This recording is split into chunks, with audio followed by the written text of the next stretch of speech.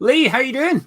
Yeah, all good, all good. Thank you very much. All good. Looking forward to the Premier League. Well, I was until Jesus got injured, but yeah, it's what's the word? Like, I don't know about what you feel like, but I'm nervous, but looking forward to it. Looking forward to it.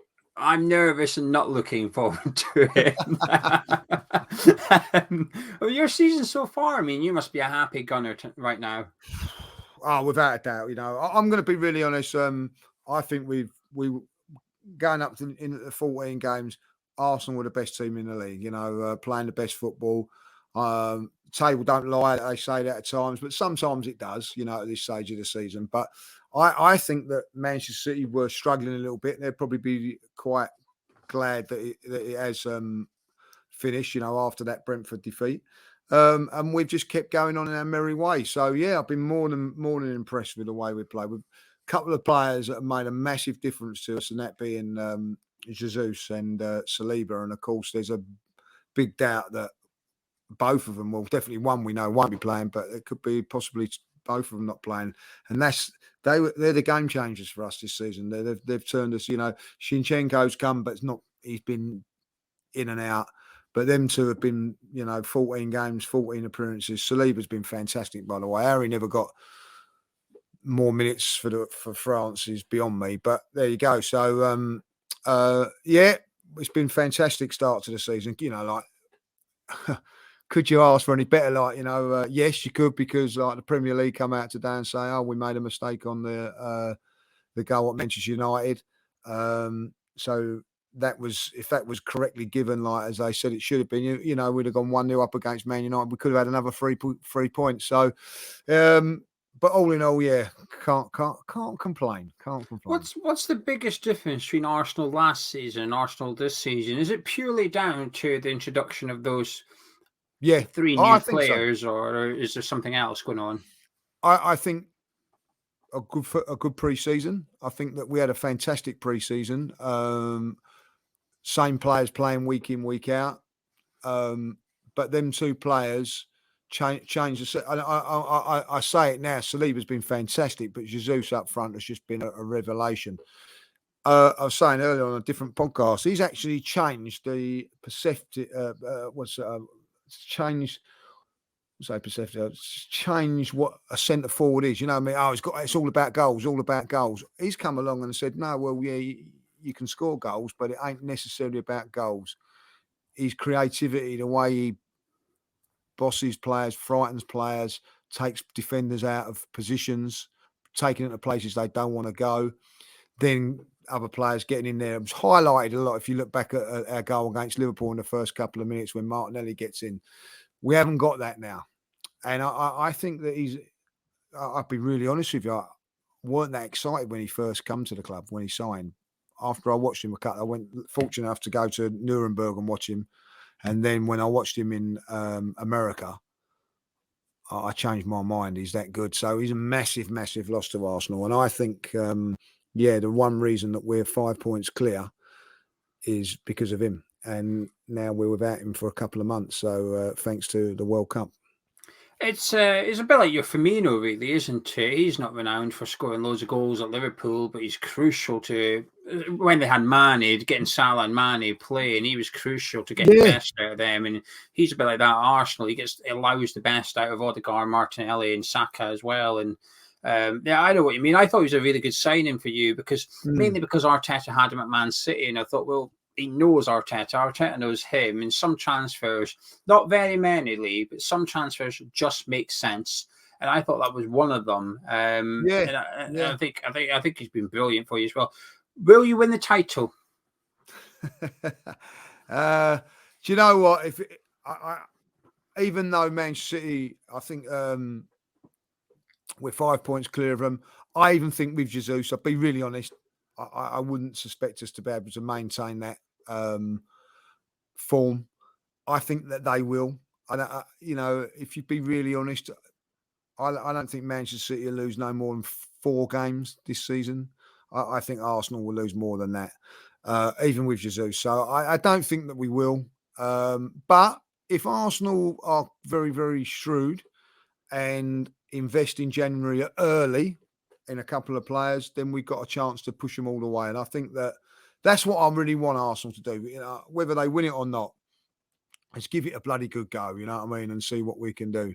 But I do think that there is a little bit of inconsistency in every team at the moment, but I think Manchester City will sort it out. I think they've had a little bit of a teething problems because of the Haaland situation, where they've not relied on any one player in their team. They rely on him a little bit, like, you know, and I think that they're adjusting to that. Once they adjust to that, I think that they'll go on a run of 10, 15 games without dropping a point. Can you maintain that? Bloody hell, Liverpool tried for 3 years and couldn't. So I think it's going to be tough, but I'm still hopeful that we could challenge. And I'm going to be really honest. Before the international break, before the World Cup, I would have probably said, yeah, I think we was playing that well. There's too many question marks now, I think. Yeah. Well, if you get that Ukrainian winger, how do you pronounce his name? Is it Murdic? Is that how you pronounce his name? Yeah. I've seen quite a bit of him because being Scottish helps in this occasion, because we played Ukraine quite often in the last 12 months or so, and Celtic had Shakhtar in their Champions League group as well. So I've actually seen quite a bit of him. And interesting link, because it's Martinelli's position, but then you do wonder perhaps you might move Martinelli up front to cover. Yeah, I think he's a top player though, and it's one of them. You don't get him now, you leave him a year, you could end up going to a Man City or a Barcelona or something. So I do actually think that it'd be a wise move for Arsenal to get him in. Really, what were your expectations pre-season compared to now? Oh, that's a good question. After seeing us in pre-season, I thought it would be a failure for us to get to top four. I was that impressed with the likes of Saliba and Jesus. So actually, before the season started, I was doing an event, and they said to me, "Where do you think Arsenal will come?" And I said, "Runners up." And people laughed at me. And I said, "Well, you haven't seen what I've seen. You've not seen this Saliba, and you've not seen Jesus." So I do think that I feel it's time that Arsenal have a challenge. I really do. I think that they should challenge for the title. You know, and that's not me being big-headed or whatever. Like, you know, we've suffered enough. And I know people turn around and say, "Oh, that's arrogance because you know, other teams are not like that." But we've gone to the Emirates, and we were supposed to be challenging. So, you know, 16 years later, I expect a challenge. But you're up against an animal which is unprecedented in Manchester City. Like, you know, they're, you know what they're like when they've come to your place. In fact, you've beaten them, but like they're capable of steamrolling you as well. Like, you know, so listen, it'd be very, very interesting because we've got them in January now. So what will happen in that? But you know, if we can keep maintaining what we're doing, so expectations always been to get into the top four and win the Europa League. That was the thing for me. That hasn't changed. You know, so I still want us to win that Europa League, because I think that Arsenal need to win something in Europe, if I'll be honest. And it's been a long, long while. And that also gets you that Champions League spot as well. So that just takes the pressure off you if you're doing well in that. So I think it's important that the expectations stay high with Arsenal fans. You know what I mean? I've seen a few Arsenal fans now saying, "Oh, well, you know, we didn't expect to be doing this and this and that." What do you want about? You know what I mean? Yes, expect and make sure, you know, and aim for. You know, I've always said that if you aim for the ball and you get 25, then at the end of the day, it's still 25 points is better than 20. You know what I mean? So aim as high as you possibly can, and that's how I think Arsenal fans should be. I don't think we should be saying because we've lost one player, "Oh, that's it." You know what I mean? I still think there should be expectations put on the manager and the club to be pushing for the title or challenging for it, but definitely making sure they get top four. Well, that's what top club does, isn't it? Not rely on one player. If you have one injury and your season's over, well, it's not really what City do or what Liverpool have done the last couple of seasons. You've got to have a contingency plan. So I agree with you on that. All right, let's park Arsenal chat for a minute and talk about West Ham then. What's your thoughts on the Hammers? I'm going to be really honest. I'm a little bit shocked where they are this season. I think that I don't like this thing when people say, "Oh, West Ham have like been punching above their weight and all that." West Ham are a big club, and I thought the last 2 seasons they've been fantastic. The only reason that they've run out of steam is because I think that last season they didn't invest when they should have. When you was going for the Europa League, I think if you'd have invested in Europa in January, you would have probably gone on and won the Europa League. That was a missed opportunity, in my opinion. I honestly felt that this season you bought some very, very good players. I thought West Ham would kick on, and I'm looking at the table today. Funny enough, it's precarious down there at the moment. I don't think that you will have a relegation battle. By the way, got too many good players, and Moyes knows what he's on about, but it just hasn't happened this season. And I have to say, if you'd have said to me at the beginning of the season where West Ham would be, I would have laughed at you and said, no, that's not going to be the case. But it is there at the moment. And I don't know if you can, but I can't put my finger on why it's like that at this moment in time. But I still think you're a dangerous animal, so it will come good for you, And I see a lot of West Ham fans at the moment are not happy with David Moyes. It's a little bit like we was with Arteta and all that. So when you're involved in it, a little bit different, I suppose. But from the outside looking in, I think he's done a fantastic job. Took them out of the relegation zone, pushed them. I think that was a fantastic team for 2 years. You know what I mean? Team didn't have the squad to go with it, but the players that he had and Bowen and bringing in on that sort of thing, I think he's done a great job. So, but what happened last season for them was, Antonio was perhaps doing it all on his own. They've had to change that this season. I just don't know, when you're trying to keep everybody happy and trying to rest players here and there, maybe that's where Moyes has sort of struggled a little bit, where he'd normally have his 11 and then you just go. I can't put my finger on it, but I'm pretty sure West Ham will be okay come the end of the season. Well, that's reassuring. That's what we like to hear, because whenever you've come on our channel, which you've done a few times over the seasons, whenever you make a prediction, they always happen. I remember before when Moyes first came in, we asked you if West Ham get relegated. Yeah, nah, you'll be fine, and we were fine. So you've always spoke highly of West Ham, and we've always done what you said we'd do as well. So I'll take that from you. Different one, Declan Rice. Obviously, during the World Cup, he's spoken about wanting to move to a club to win trophies.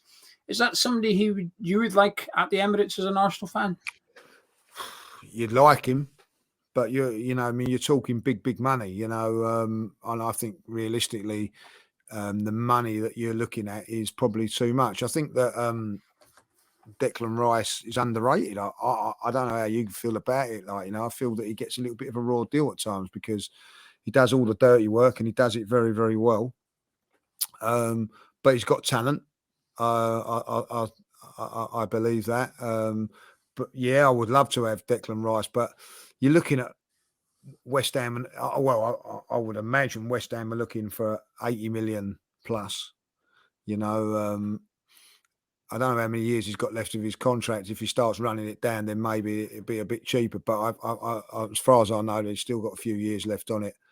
The only trouble with Declan Rice is I think that probably Chelsea may be the club that he would have probably gone to a couple of years ago in the Abramovich era.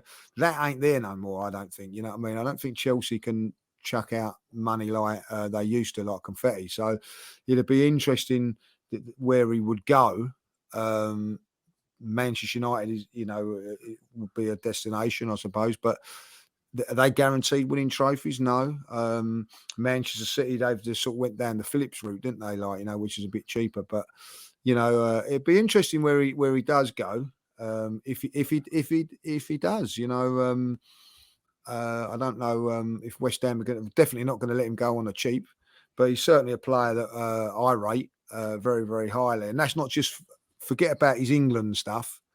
I watch him when he plays for West Ham, and he's a top player. So I was about to say, yeah, you definitely don't rate players on what they do for England with your Harry Kane stance. No, you definitely put. You know what? International football, is a completely different thing to club football. Look at Harry Maguire. Would you take Harry Maguire? You know, after watching the World Cup, you probably would. But At West Ham, I would. But if I was an Arsenal fan, I wouldn't want him anywhere near the no. club. So, but yeah, you know where I'm coming from. But like, you know, on his Man United form, you'd think, I don't know. So, but Declan Rice, look, he does it for England and he does it for West Ham, and I think more importantly, he does it for West Ham. Yeah. Because he's the main man at West Ham, and it goes through him. And I wouldn't want to. Do you know? I always say that if I was, you know, you envision yourself playing against these players and whatever, you wouldn't want to play against him because he gets across the park quickly. He's a bit of a beast, isn't he? Like, you know, up and down and all that. Like you'd have an handful playing against him in a game. So it'd be really interesting what happens with that. You know, I've got a few West Ham mates saying that, you know, he'll probably go at the end of the season, and they're quite happy for him to go. If I don't know if you feel the same, they're quite happy, like, you know, I feel it's the time for him to go. But it depends where he goes, I suppose, whether West Ham are going to love him or not. Yeah, he's given his all while he's been at the club. Even now, even though he still wants out, he's still given his all. And I feel, this is my own opinion, that he's got 2 years to go, and come the summer, he's got 2 years left on his contract. But we've offered him numerous contracts over the last few seasons, and he's refused every single one of them because he don't want money. He don't care about money. He wants trophies. And you know, the owners very publicly spoke about how we've offered him 200 grand a week, and he's turned that down. I fair play to, because he's probably not on much. I think it'd be surprise a lot of people how little he's on at West Ham. I say little, he's on a lot of money, but in comparison to Premier League wages, he must be on about 60, 70,000 a week, which isn't much for. He was possibly one of the lowest paid players in that England squad at the World Cup. He would have been, because he's refused to sign a contract, and I believe it's because he wants to leave. He doesn't want to sign a contract, take the money, and leave anyway. It's a case of no. These are my ambitions. I've made it clear. I'll give 100% while I'm here, kind of thing. And, you know, eventually I'll leave on a free if I have to, but it gives the club enough warning. And Mark Noble's always spoken about what Declan's ambitions are.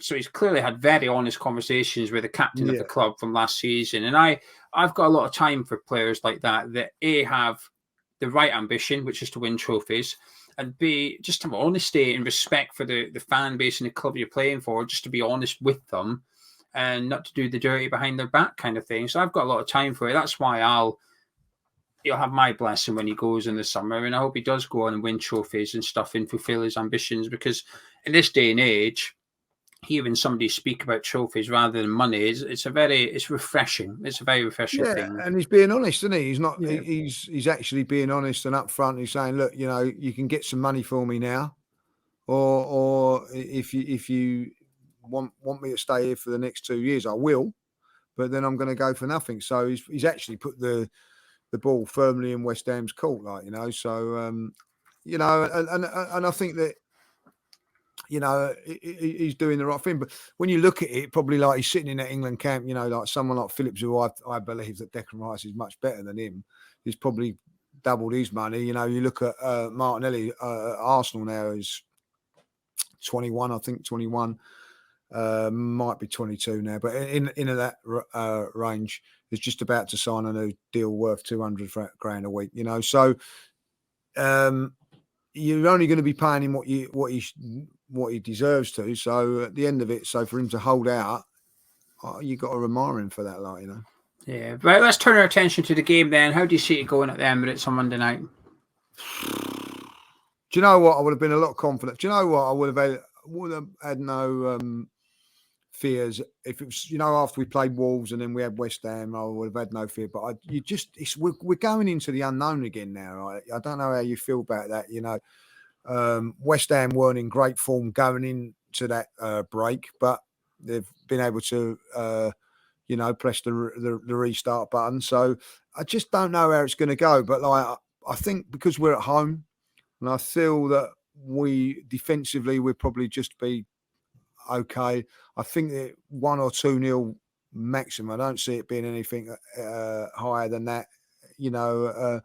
But listen, I would not be surprised. I'll tell you this now, if West Ham got something from this game, I would not be surprised, you know. So I am a little bit more nervous about it because our form hasn't been great in this, like the friendlies going in there. It is a little bit different to the pre-season because, you know, players are coming back at different sort of times. But I think it'd be a tough game. I think that West Ham will set out their stall like they have done on the last couple of times. If you remember, we beat you 1-0 a couple of seasons ago, but Lacazette got the goal. But West Ham had good chances that game there. I think you caught us on a good day last season. We played really, really well. But West Ham was always in that game. So, and I'm pretty sure David Moyes will be doing the same, looking for a set piece or something like that. And but I think it'd be a cagey game. I think it'd be a cagey game. And as I say, West Ham will be saying, look, they haven't got Jesus. See if they're a little bit nervous. See how it goes. You know, test us a little bit. And I think it'd be a massive test for Arsenal, a real massive test. But hopefully, from an Arsenal point of view, we get the 3 points. Well, Lee, thank you very much for joining me. A pleasure. No problem. As always, appreciate your honesty, and we'll catch up ahead of the game in London Stadium. And everybody have a lovely Christmas, and all your followers and everything. Happy Christmas. Thanks, Lee. If you guys at home have enjoyed this video, drop a like on it, subscribe if you're around here. We'll catch you in a bit.